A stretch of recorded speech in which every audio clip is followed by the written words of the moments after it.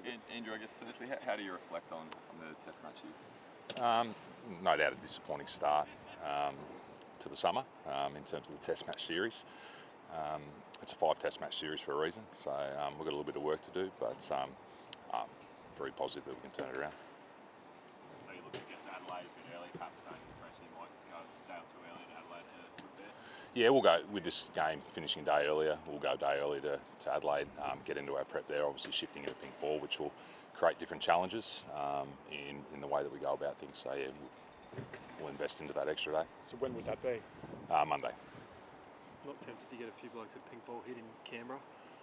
No, that hasn't crossed our minds. So we feel as though with the long summer ahead, the prep that we've got in place, albeit we've extended that by a day in Adelaide, we feel as though we'll be well prepared as we were leading into the first test. A little bit.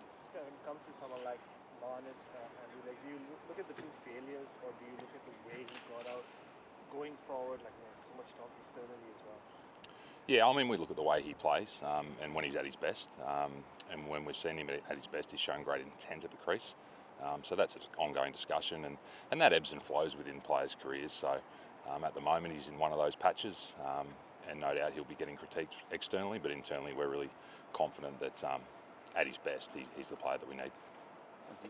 Sorry, just on that. So, and do you think it's just a mindset thing that he can change himself, or is there anything you can do as a coach to get him to go back to playing a little more? Yeah, I mean, it's always a combination of factors, isn't it, with the mindset.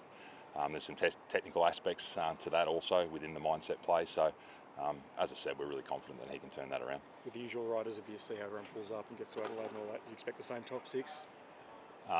Yeah, the same people in that change room will be the same people that are in Adelaide.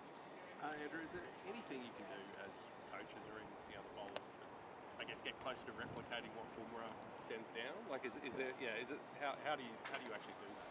Yeah, I mean, it's always in our preparation that we've got that factored in, release points, trajectories, those types of things. So we are covering those off, but it's very hard to replicate Bumrah. There's not 2 of him, so it's like slips catches, isn't it? We try our best to replicate those, but in practice they don't look like they do in a game. So you get as close to that as you possibly can, and it's a challenge. Yep. Just in terms of the planning side of things, like, could you I guess quantify how much you were thinking about Test 4 and 5 as opposed to 1 and 2? Oh no, we were thinking about Test 1. You've got to get we always look to get a positive start for the summer. It's not like you're focusing on Test match 5 in terms of where you want to be then. Banking wins early is always critical, and we've got our work cut out and how we turn that around. So yeah, Test match 1 was our primary focus. And you saw that within the way that we prepared players. We gave up on a couple of international games for certain players. We went through Shield. So we felt as though the preparation this summer was probably more extensive than previous summers. So we were comfortable, and the preparation is, it's not an excuse for the performance. For the sake of clarification, you said the same people in that change room. Does that suggest that Josh Inglis could replace one of the specialists for the next test? We'll assess that as we go along, but as I said, that the squad that's in there, they'll be in Adelaide. Andrew, there's always so much discussion in cricket, and there's always a lot of commentators that are offering different opinions. What do you make of early suggestions about the need to potentially look at changes down the line for this term? It's always a consideration wherever you go in the world in terms of your personnel that you pick for the conditions. So, yeah. In terms of this playing group themselves, like, they've had so much success in the past. I guess as a coach, how do you go about just kind of, dealing with the mental side of a loss like this moving into Adelaide? Oh, there's no doubt there's a mental element to it, how you turn it around, and it's a mindset thing. So we'll be looking to turn that around as quick as we can. For this test, just with Marsh and Marnus to a lesser extent, are you getting enough out of the fifth ball? What was that? So Just with Mitch Marsh and Marnus, just in terms of his bowl, like, was that a point where you kind of thought it was a bit more nervous there for you guys this test? no, we didn't feel that. We knew that Mitch was slightly underdone coming in, but I thought the performance in the first innings was satisfactory. Has he pulled up okay? Has he pulled up okay? We'll wait and see. Yeah. When you review this, which you obviously will, do you look at plans or execution as the weaker point of the two? Where does initially sit in your gut? It's always a combination. We felt as though that our planning going in was where we needed to be. Execution in amongst that's always a question. So we'll come to with the plans. Clearly the method with the batters and the way that they've been challenged is always going to be a learning moving forward. So we've got some challenges, no doubt about that. What kind of headspace is Nath Sweeney in after his bad birth? I don't think it'll be any tougher than that as he goes along the journey. Boomer's he's an unbelievable player, isn't he? So that was a big challenge.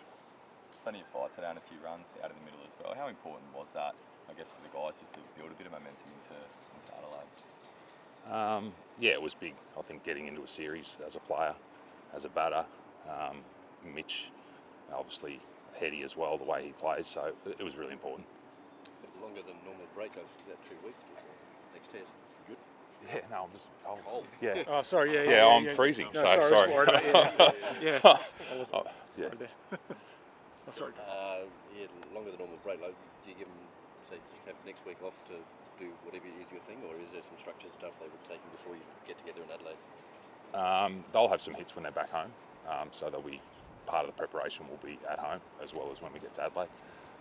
Bowlers will go through their work in terms of recovery and how that goes. So, yeah. Premier cricket, any chance for anything? No Premier Cricket, no. I think the PM's 11 question was asked over there. So, no, we're comfortable with what we've got coming up and the preparation in terms of that. Just in terms of the bigger picture as Rambo blows away, in terms of the bigger picture in terms of selection options, would you prefer to have more guys, well, I imagine you would, but more guys bang down the door?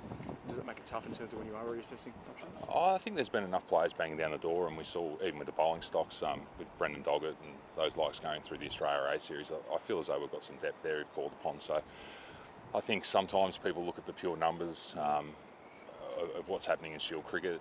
It's really sometimes hard to get a connection with the surfaces sometimes they're playing on. So we feel as though we've got ample players available if called upon, if needed. Did anything surprise you? Did anything come up that you thought we hadn't thought of that? No, maybe the surface surprised us a little bit. Had a bit more juice in it day one, and then obviously, we spoke about it during the game. It changed significantly, dried out, and the cracks were on offer. So the surface maybe surprised us a little bit. In terms of what to expect from India, no, we're well aware of what they were capable of. They were a team coming off obviously a home defeat, so we knew that they would be at their best and prime for it, and we felt we were as well. So I don't think there was any surprises in that. Our challenge is the same challenge as what we're doing leading into the first test match in terms of our prep. So no, I don't think there was anything that surprised us. And how do you keep morale up and the obvious overthinking potentially that could come in based off this result? I think morale's pretty good. I think this team's really good at the highs and the lows. It's quite a level team. So we'll be somewhere in the middle of that. When I walk back into that dressing room, no doubt there'll be conversations around how we improve, the appetite to get better. So I don't think the morale's an issue at this stage. How much do you extensively review it or just completely move on and focus on the second test? I think we've got to own it. So there will be, a semblance of a review around what we've done, what we can learn from it. So, and we've got to own that as coaches as well. So we'll look back to how we prepared. We felt like it was good. Is there anything that we missed in that? Was there any surprises, or are the challenges all the same? And then it becomes an execution challenge for us as a bowling unit and a batting unit.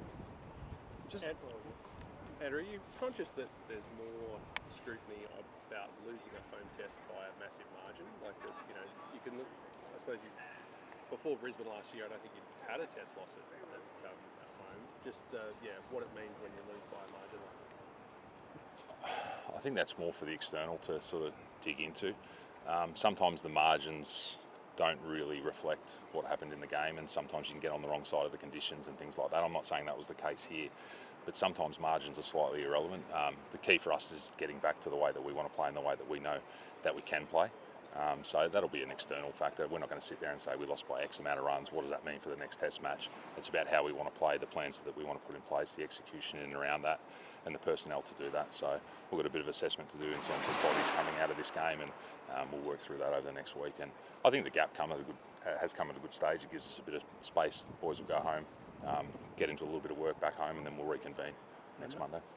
And I know you touched on Dan Vittori in the situation the other day, but just more holistically about what it says about international cricket and the IPL, where do you sit on that?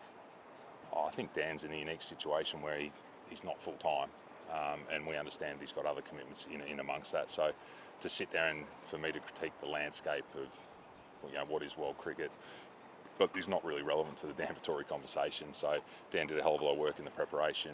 He's still connected day to day with the team. There's no doubt having someone on the ground, being one of your senior assistants is somewhat beneficial, but in this case we felt as though with his commitment, we'd honour that commitment to the Sunrisers. Just on Jasprit Bumrah again, Andrew, like when a bowler like him comes out, he's unique and he has an impact like this in the first test. Like, so going forward, is it can there be a team strategy around it, like how you play him, maybe be more positive against him, or is it always just up to the individual? I think it's always an individual method. The way they go about it was McQuarrie versus Nathan McSweeney versus Marnus Labuschagne. It's totally different in terms of the way they play. And to me, it's about how you're going to score runs off Jasprit. So it's one thing sitting there and going, how am I going to defend the good balls? But the art of putting pressure back onto him and knowing where you're going to score off him. And that's our definition of method, how you're going to score your runs against a certain type of bowler. And the boys, they were clear coming in. There's one thing being clear coming in, and then obviously once you get into the heat of battle, maintaining your mindset around all of that, and that's going to be our challenge. How does that compare to spells you've seen in Test cricket from what Bumrah produced on those couple of hours? He was good. Seen our bowlers be equally as good, so we've got some really good bowling stocks in our change room as well. So whilst the focus will be on their performance, I think it's remiss of me not to mention how good our attack is, and they'll be looking to rebound come Adelaide and throughout this series. And once again, it's a 5 Test match series. We're 1-0 down. It's the beauty of a series, isn't it? You get the opportunity to bounce back and respond, and we'll be critiqued around how we go with that. So I can sit here and tell you potentially how we're going to go, but the proof will be in the pudding come Friday week. Thanks, Ed. Thank you.